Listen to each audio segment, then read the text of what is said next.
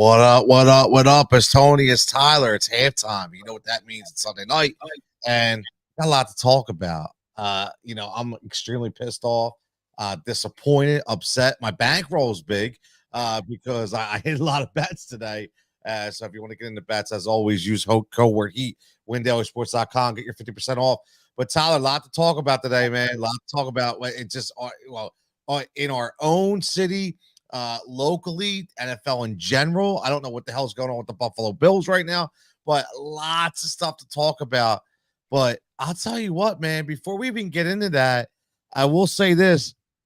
There's a kid in Washington who's, I'll tell you, man, this kid's balling. And for all you Cliff Kingsbury haters out there, I was always a Cliff guy. Everybody told me he was a stiff. Everybody told me he couldn't coach. I said, yo, man, this dude can get it done. And Tyler, we're watching it right now. Yeah, I mean, Jaden Daniels is just, he's already better than Caleb Williams at this point, but I mean, the Commanders are 3-1. Who had that on their bingo cards? I don't think anybody did. And beating the Cardinals is, they're not the greatest team, but they're still a really good team. And you saw the Monday night game against the Bengals last week. Jaden Daniels is here. And I fear he might already be the best quarterback in the NFC East. That I really think that you can make a strong argument for that 4 weeks into his career. But Jaden Daniels and Cliff Kingsbury and Dan Quinn, just tremendous additions for the Commanders. Josh Harris off to a good start in his tenure in D.C. Yeah, I can't believe it. And I remember, I think it was like somebody, I don't know who it was, but one of those national pundits, and I thought they were just trying to get clicks, and maybe they weren't, but they were picking the Commanders to win the NFC East NFC. And I was like, wait a minute, the Commanders. I'll tell you, man, like they got some really good vibes going on out there. And it's a lot different than the freaking vibes that are going on here in Philadelphia, because I don't, here's the thing, I'm trying to be very good. I'm trying not to get too crazy, right? But I just don't know what you're expecting me to watch and buy into, and what tells me that this team is going to be okay. What tells me that Jalen Hurts is going to be okay? What tells me that Nick Sirianni should have been welcomed back? Like literally, what tells me that, Tyler? Because I see none of this. I don't see anything that makes you feel good. I see players that are in it for themselves. Okay, like Antonio Pierce came out for Vegas last week and said, I saw some guys going into business for themselves. Well, I'll tell you what, if you don't think CJ Gardner-Johnson ain't going into business for himself, you're crazy. Slay is going into business for himself. Okay, Devin White, who can't even dress, is going into business. He's retweeting good plays for his freaking older team that he couldn't stand. Dude, there is a major problem here in Philadelphia, and this is not going to end well, man. It's not. No, I really think that all comes down to one simple word: coaching. Your job as a coach is to get the team in order, to get them on the right goal. Jeffrey Lurie has made it clear he wants the Eagles to win, and Harry Roseman, he's like, hey, we are trying to win. Do everything you can to win. I was like, all right. Probably he obviously tells that message to Howie, gives that same message to Sirianni. And Sirianni isn't doing that because you have players like Darius Slay after a bad game are tweeting about their career stats. Like, why does that matter today? It really doesn't. And Devin White, I really don't know. What was the point of bringing him in if he's not even going to play? I feel like there has to be something going on there, because there's just no way that he's not even suiting up for games. There's personal issues, so maybe it's something else, but I can't see what. You look at the way the season collapsed last year. It came down to the team's culture. And then you go through an offseason where you lose two of your biggest veterans in Jason Kelce and Fletcher Cox. And you come out this year, in all 4 games, realistically, the Eagles could be 0-4 right now. The 2 wins they've had, they very easily could have lost those games. So I really think it comes down to the coaching. I am getting fed up with Nick Sirianni, and I think it's time. If you come out of the bye and you lose to the Cleveland Browns, who just lost to the Raiders with no Max Crosby, with no Devontae Adams, if you lose to that team, I really think that Jeffrey Lurie and Howie Roseman really need to make a change because I'm getting sick of it. I really am. I'll tell you, man, I was not a fan of Nick coming back. I was not a fan of all this rhetoric that they were spewing. And I said, all right, I'm gonna give it a chance, right? Maybe this guy can just be a leader, and he's not. He's not a listen. This is another week where, and I talked about this. I talked about it last week. The undisciplined actions, whether it be on the sideline, whether it be on social media, whether it be in the locker room. I'm not even talking about gameplay. This is a team that is running rogue right now, and there's no control. There's zero control, and that points to the head coach. And there's a reason why he wasn't in the odds of being coach of the year, because I think that they already knew this cat was going to be fired by midseason. And I kept saying week 8, week 8, week 8, week 8. I don't even know if he makes week 8. I think everybody thinks that's crazy, but it's really not. It's not. He's on a very short leash. They spent a lot of money on this team, and I don't want to hear the excuses. I don't want to hear about AJ Brown not being there. I don't want to hear about Devontae not being there. I want to hear about Lane Johnson not being there. I don't want to hear any of it. Doesn't matter. Okay. They still had opportunity. They showed up like they weren't even there. They showed that he just got off the freaking plane and they got hit by Hurricane Helene. Okay. And they got on the field. They act like they had no idea where they were. I mean, this is such a bad vibe on his team. And I will say this. Now, I want to get to the rest of the NFL because you did a lot of good work on the side. Let's get to that. But I didn't like Jalen Hurts today. Not on the field. I'm talking about afterwards. There's something going on. This is not the Jalen Hurts of last year. Well, I should say the year before last year. Okay. This Jalen Hurts seems like he doesn't want to be bothered. It seems like he doesn't care. I don't know what's going on. I had no idea, but we can't say now it was the coordinators. We can't say it was there's something going on with Jalen Hurts, bro. I don't know what it is, but there's something going on right now. I think it's with his mindset. You look at the way he plays. I mean, he shows flashes of what he did in 2021 when he was like, oh, could he be good? Is he still? I don't know. But I just don't think he's mentally there. I don't think that his confidence is all there. I mean, you look at him in 2022, he was the MVP runner-up to Patrick Mahomes, the best quarterback in the league, and he outplayed him in the Super Bowl. And you look at 2023, completely collapsed. I think it's mostly coordinators. I do think that it is Nick Sirianni. I think that's the problem with Jalen Hurts. I don't know if you will see that 2022 Jalen Hurts with Nick Sirianni. I think that's literally what it comes down to, because Sirianni has a huge voice in the play calling, because it really does not look like a Kellen Moore-led offense. So I think if Jalen gets a new, I'm not saying out of Philly, I would keep Jalen Hurts over Nick Sirianni 100 times out of 100.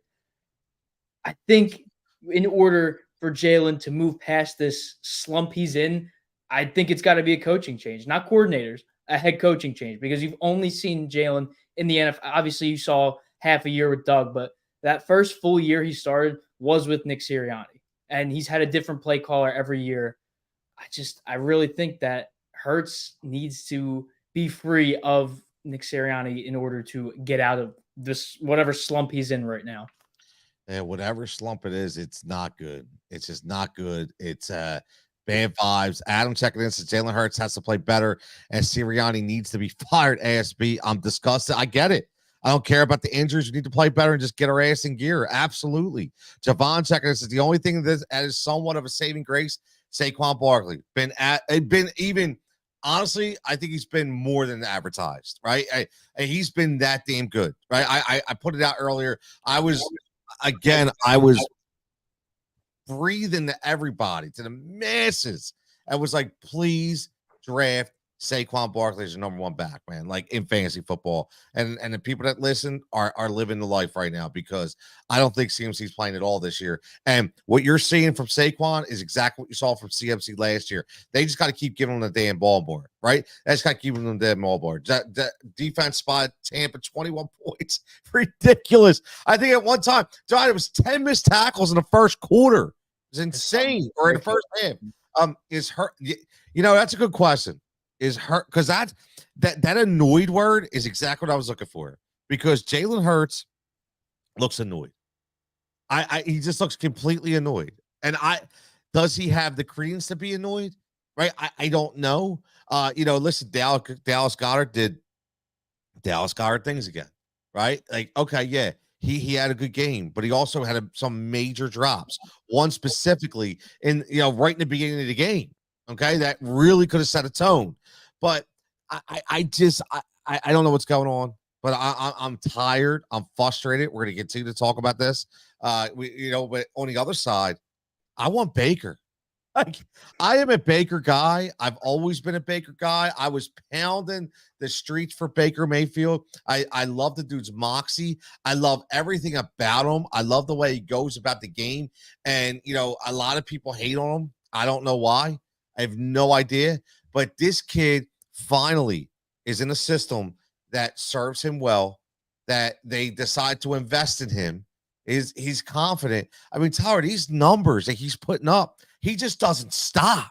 Like that one touchdown he ran in, man. Like he was destined to get in, and people feed off that. Like, you look at him and Hurts today, and look at the two difference of mindsets and attitudes, and it's two completely different people. It's completely different. I think Baker has that confidence right now. The Bucs are 3-1. He just got paid. He's coming off of a divisional round exit where it was this close to beating the Detroit Lions on the road. And so I think it's all about confidence. That's the biggest thing with sports. Obviously, you need the skill, but if you have confidence, there's very little people that can beat you, especially someone like Baker Mayfield. You see how he used to ball out in Oklahoma. He had that swagger. He had that confidence. And then in Cleveland, he showed flashes of it, but it's Cleveland. I mean, I feel like that's a place where all quarterbacks go to die. And then you see in the LA sparked that back up. Sean McVay picked him up off the waiver wire, him and Les Snead, and worked together. That 97-yard touchdown pass that one game, that saved Baker Mayfield's career. Because then the Bucs sign him. He's in that QB competition with Kyle Trask. Then Baker wins it. And then boom, balls out. Is the Baker Mayfield that was supposed to be drafted number 1 overall. He has that swagger. He has that motto. And he's going to carry the Bucs to another playoff appearance. I really think that they could make a deep run this year. I do too. I really do. And you saw the coming out party for Bucky Irving. I continue. I've been beating the drum for Bucky Irving. They did listen, the aberration of Rachaad White with the rushing yards. It was on 2 big plays. And by the way, everybody told me our Hall of Fame defensive tackles with Jordan Davis and Jalen Carter before he got hurt, by the way. Oh, they're back. These are studs. Dude, are you kidding me? How big Jordan Davis is he can't stop the run? Like, I'm sorry. Like, this is ridiculous. It's absolutely ridiculous. I'm going to get nuts so we continue to talk about Eagles. We'll continue all week. We have all week to talk about this. What we talk about tomorrow. I'll be live at Pike's Pub. What we talk about tomorrow. Big show debut at Richboro Pub on Tuesday. The debut of the Cutillo and Groovy show. I cannot wait for that. I'm like super excited. We'll be talking about it all week. But let's get into I want to do Tyler because I honestly want to watch the rest of the game. I love watching the football game, but I want to go through every single one of these, and we're going to do this. Instead of breaking down each game, I just want 1 or 2 words that we each have, based on this game. So right here, we got the Colts. Colts beat the Steelers 27-24, Joe Flacco. If you had to sum this up in 2 words, could be a player, could be a coach, could be the way you feel, what would it be? The guy that's right there. Joe Flacco, 100%. Comes back in like he did with Cleveland last year and balled out in the time he played. Didn't play long, but balled out when Anthony Richardson got hurt. He's probably going to come back next week, but still, Joe Flacco is probably the best backup quarterback in the league. Ever. Like, I was going to say Flacco is a legend. Like, because of what he did today, again, dude just comes off the bench and throws a touchdown to Josh Downs like it's nothing. Just comes off it's crazy. Flacco, legend to me. Vikings beat Packers 31-29. Sam Darnold. Are you kidding me? Like, I like throwing dots. Like, I don't understand. I will say this. I don't know how bad, but the Christian Watson thing sucks. The dude could it's just a bit. It was a fluky injury, but Tyler, what do you think about this game?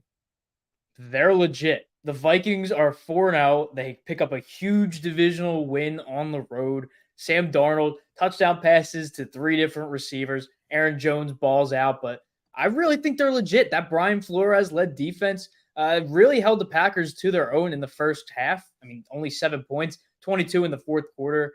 So I don't know if they were trying to get a little bit conservative there, but Vikings seem legit. I really think they are going to be the divisional winner. They're going to compete directly with the Lions. So I do really think that they are legit. I like it. They are legit. Huge game by O'Connell out there. Huge game plan. You mentioned Brian Flores, man. Again, just getting it done.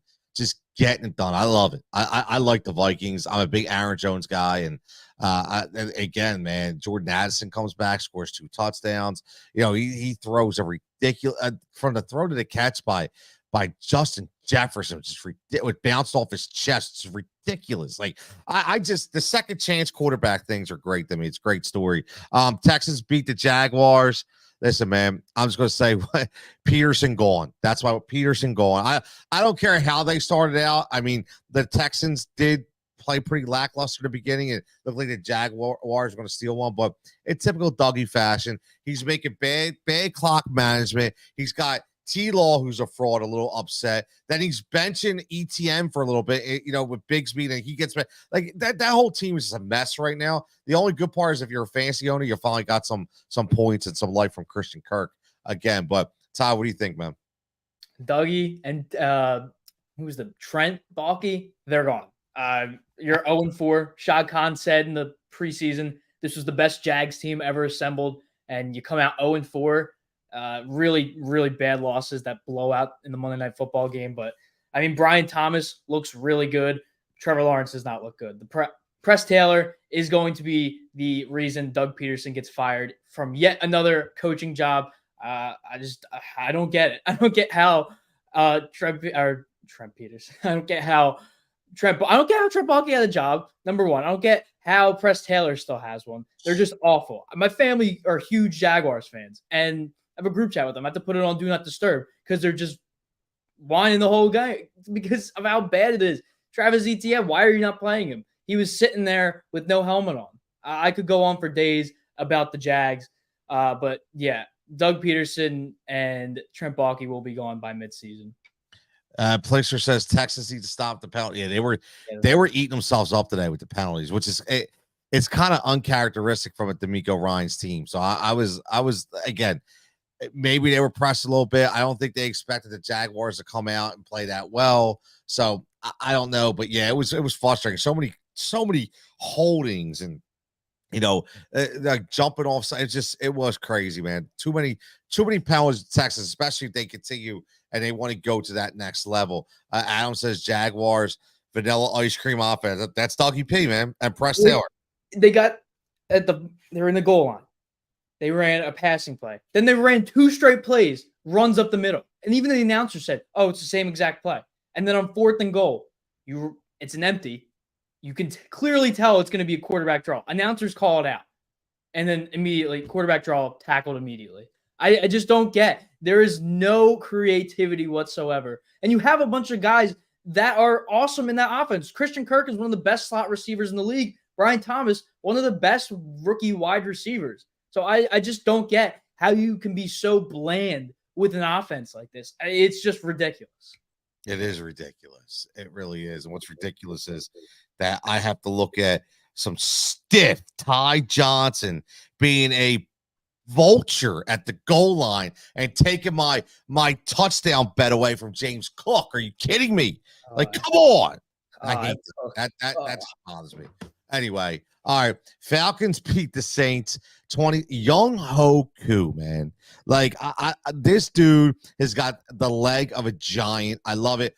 It's a huge win for the Falcons. And I thought the Saints had this game wrapped up, and huge win for the Falcons. And I'm going to say this. I know they won the game.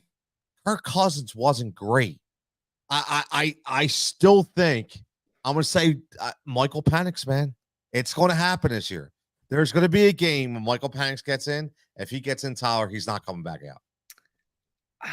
I don't know, but I don't think he's ready just yet. Give him like another I'm year or feeling two. it, man. Maybe. I'm I don't feeling it. know. Kirk doesn't look good though, but I think the real story is Young Wei-Koo. And I think the overall story, it's the year of the kicker. You see Brian Aubrey hitting 64 yarders like it's nothing. You Somebody see hit Young one. Wei-Koo. Who hit one today for 63 or 60?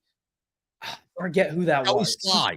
Joey Joey Sly. Sly, yeah. Yep. I mean, he's been an underrated kicker in the Yep. past few years. Spent some time at Washington, Carolina, but it's the year of the kicker. It really is. They're starting to become the tight end in fantasy football where these guys are putting up 15 to 20 points.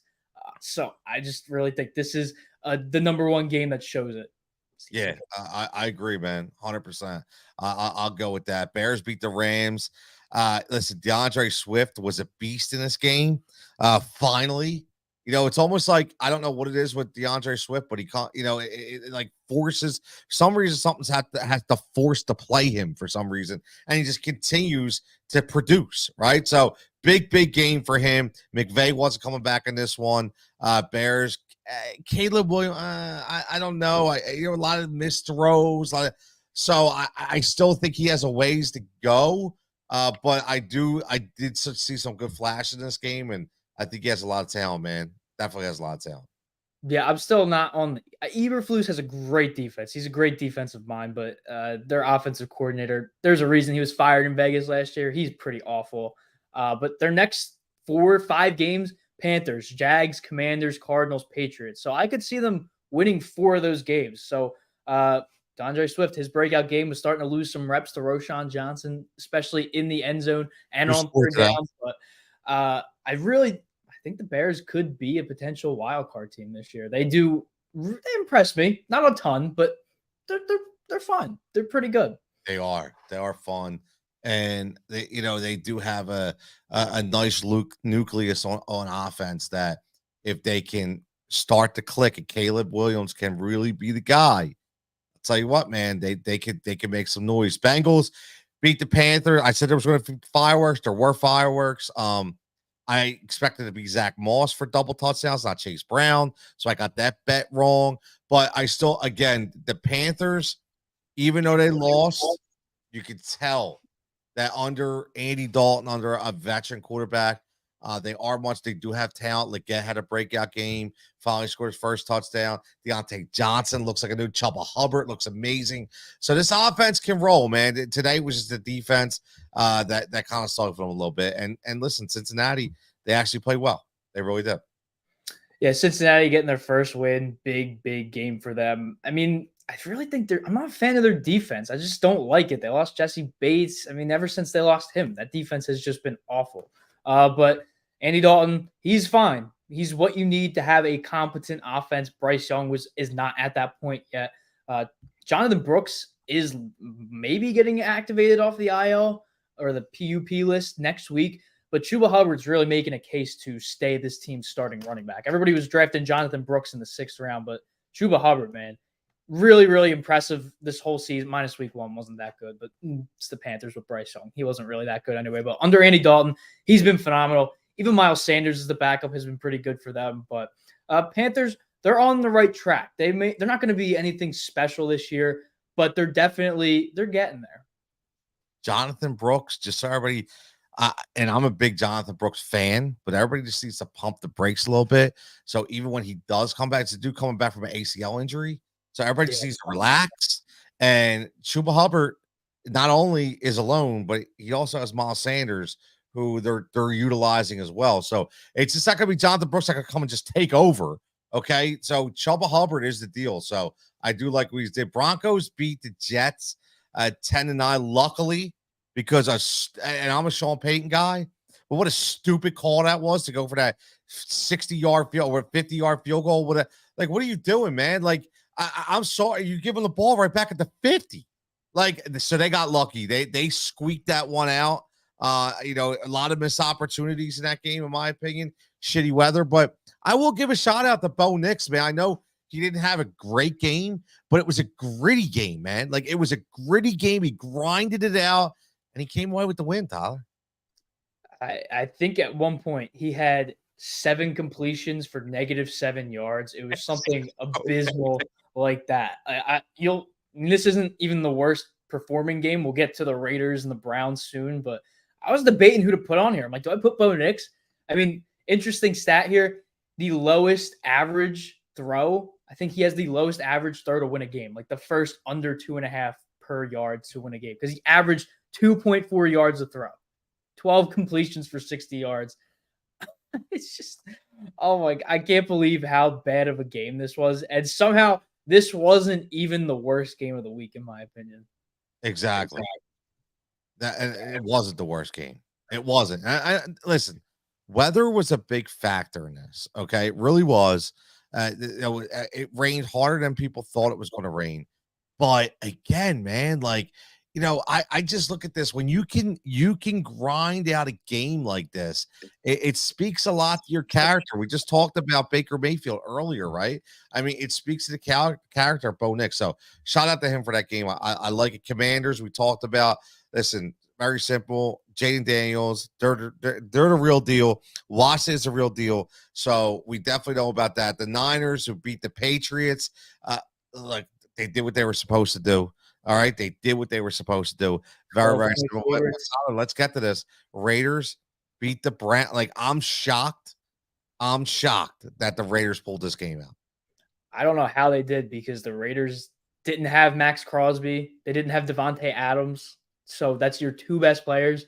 And already on a team where they're really Devontae Adams and Max Crosby are up here. The rest of the team is like way down here. Yep. So to have that kind of performance against the Browns, I mean, it wasn't even like a crazy performance. It was just whatever. Okay. That's why I put this Devontae Adams traded soon. Mike Florio said it on the Sunday Night Football pregame show. If the Raiders don't become serious contenders, they said look out for a Devontae Adams trade. And that's really the most interesting thing that came out of this game, because Deshaun Watson is awful. He really is. Ken Dorsey was fired with Buffalo last year, and then that, because that offense wasn't really taking off, they fire him, bring in Joe Brady. That offense immediately takes over. The Browns offense last year with Joe Flacco took off, and then they bring in Ken Dorsey and stagnant. 176 yards, a touchdown, a pick. They ran it 10 times, and Jerome Ford was averaging 5.8 yards a carry. I just don't know what is up with the Browns. I really don't know what's really up with the Raiders either. Like, are they really decent? I thought they weren't going to be that good. I guess they're decent, but the Browns far worse than a lot of people were probably predicting them to be. Yeah, and Devontae Adams thing, I think is eminent. He didn't want to be there. You already heard his mindset wasn't there. So he's trade bait, man. Like, so I do expect Derek Carr, and they got rid of Derek Carr. They threw him to the curb. So now, I mean, everybody keeps saying the Jets, but I mean, do they really? I don't know. Did the Jets, are they going to throw the bag at him? No, that's really the only place I've seen him linked to besides the Commanders, which would be. How about this team? How about the Chiefs? Right? You lose receive rights today. I don't care what, dude. I'm not a doctor. That's an ACL tear. Now, I think it sucks. It does, because such a freak play, and this is how these things happen. He was having such a tremendous start of the season, but this is a Devontae Adams move, man. Like, I know Worthy caught a big touchdown. Travis Kelce is not the same Travis Kelce. You cannot rely on Juju Smith-Schuster. It's not going to happen. I can 100% see that Devontae Adams move, and I'll tell you what. If you're a Devontae Adams owner in fantasy football, if he would get moved to the Kansas City Chiefs, he's instantly the top player on your team, man. Like, legitimately, he goes from Gardner to Pat Mahomes. I mean, come on, man. What else can you say? But this is a gritty win by the Chiefs. Down 10-0 at one point. So I really like them. I liked how they pulled out this win. And for all you people out there, okay, because I like to do this. Okay, for everybody who told me about I was nuts for saying Samaje Perine was going to be the guy. I was nuts for saying that Carson Steele was one mistake away from not getting any more love. What happened today? He fumbled, and guess who got the rock? Kareem Hunt, right? Because guess what? Andy Reid don't play like that. So now you got Perine Hunt. Carson Steele is going to be number 3. You watch. It's going to be number 3 now. So, really gritty win by the Chiefs out of that. And shout out to them because I had them in my survivor pool. It's down to 2. Guy I was going up against, he took the Cowboys, so I was really stressing. Almost took the Niners, but I somehow picked the Chiefs, and it worked. So 1 more week, I'm still in it. But here's another name. If it's not Devontae Adams, I could see D-Hop because I thought he was going to sign with them Good before he point. signed with the Titans. So I think either D-Hop or Devontae. Because I mean, you think about it, Rashee Rice might not be back until 2026 because he may get suspended all of next year for that off the field incident. I'm not sure. I mean, they said they're going to look at it next year, but I don't know. So you could potentially not see him till mid next year. You could potentially not see him until 2026. So maybe they do go all out for Devontae Adams. But nonetheless, Chiefs are the Chiefs. Andy Reid's first win over Jim Harbaugh as a head coach. Big in their division because if the Chargers have won, they both would have been 3-1. Chargers get the tiebreaker over the Chiefs for now. But I mean, Chiefs are the best team in the league. I'll stand by that. And you can never bet against Patrick Mahomes. Who wants to bet against Patrick Mahomes, man? Not me. Never want to bet against Patrick Mahomes. That's for damn sure. I think we all know that. You never want to bet against Pat. Last thing before we get out of here, we talked about Rashee Rice. You know, which coaches are on a hot seat? It's obviously Nick Sirianni. I don't care what anybody says, but you also have to look, further into the league, right? And Dougie P is definitely on the hot seat. Okay. But looking around, I don't know right off the top of my head if there's really anybody else that really stands by. I know we talked about Cleveland, but I don't think you can put that on Kevin Stefanski. To me, he's done enough. He's only doing what's given to him, and he's doing a lot. But I will say, keep an eye on the Jonathan Gannon. I was just gonna say that. Right? Keep an eye on it, Tyler. That's all I'm gonna tell everybody.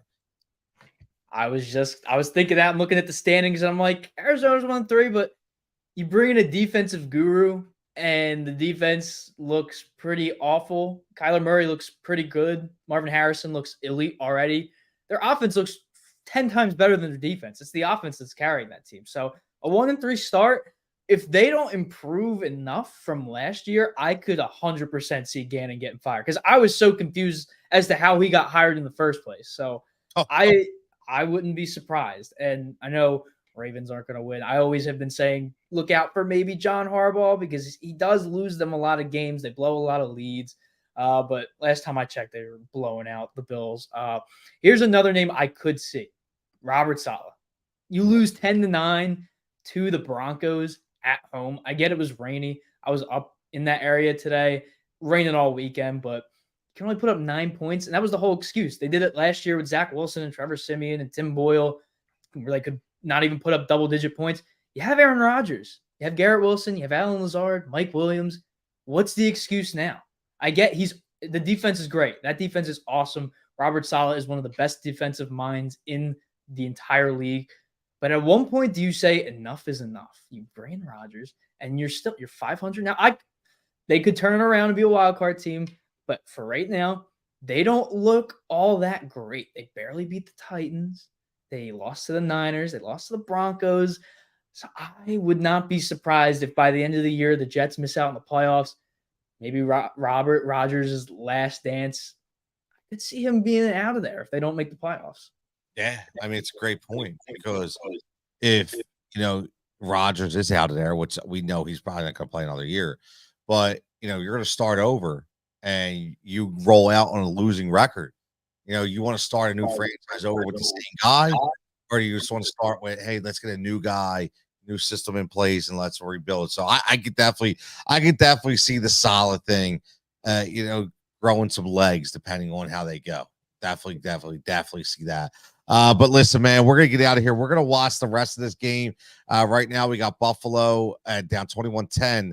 It looks like they're gonna make this a ball game, which I hope because I got some bets right on this game. I need some offense. I need a James Cook touchdown, man. So I need. Give me a James Cook touchdown, and I'll be the happiest person alive. I really would. I really, really need that. But for Tony, for Tyler, for Heat Ratio Sports, make sure you like and subscribe to the channel. Got some cool things happening this week. Got our boys Philly versus everybody making their debut this week. I got a couple other legs growing that are going to kind of come over. We're going to do some collaborations, which is going to be some fun. And as always, tomorrow night, Pike's Pub. Tuesday night, we'll be live from Ritzboro Pub. I already got some giveaways.